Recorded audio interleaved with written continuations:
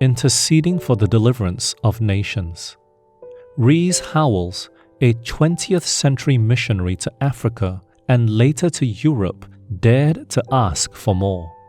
Not only did he pray for more resources to do the Lord's work and more souls for the kingdom, but he also prayed for the deliverance of nations so that the gospel work could go forward unhindered.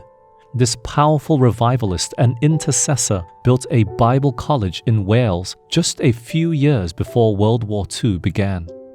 Once the war began, recognizing the threat of Hitler's regime to the spread of the gospel, he immediately rallied his staff and students, about 100, to begin interceding that God would counteract the work of Hitler and the enemy of souls. All during the war, the Wales Bible College staff and students devoted from 7 p.m. until midnight every night in prayer. This was in addition to an hour-long prayer meeting in the morning and at noon. During the hardest days of battle, they often fasted and prayed all throughout the day and often all night. As Hitler's Nazi regime brought tragedy and destruction to the lives of millions, Howells and his students prayed for 4 specific prayers about 4 specific aspects of the war. The first prayer was that Hitler would not succeed in invading Great Britain. As history tells us, Great Britain did not fall to the Nazis.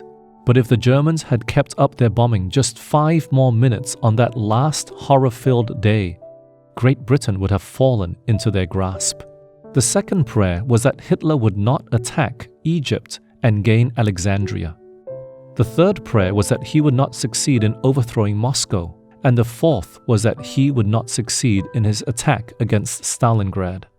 Toward the end of the war, military commentator General J.R.C. Fuller published an article titled Hitler's 4 Blunders, listing 4 reasons for the impending doom of Hitler and the Nazis. First, Hitler failed to invade Britain. Second, he did not attack Egypt and gain Alexandria. Third, he did not capitalize on his advantageous position to invade and overthrow Moscow. And fourth, he was defeated in the Great Attack on Stalingrad. Were these 4 blunders merely Hitler's failures? Or did they happen because God heard the prayers of this small group in Wales, desperate to see deliverance so that the gospel would not be hindered? While many may speculate, I believe that the latter is the answer. The last great prayer battle for Howells and the praying intercessors at Wales Bible College was for the opening of the Western Front. After months of wrestling prayer on behalf of the Allied troops, in May 1944, God assured them that he was going over before the Allied troops and that they would have no setback. 1 month later, on June 6, 1944, Allied forces successfully landed unmolested on the beaches of Normandy, France. It was the largest amphibious invasion in world history, with 175,000 soldiers brought over on 5,000 ships and in 11,000 planes in one night.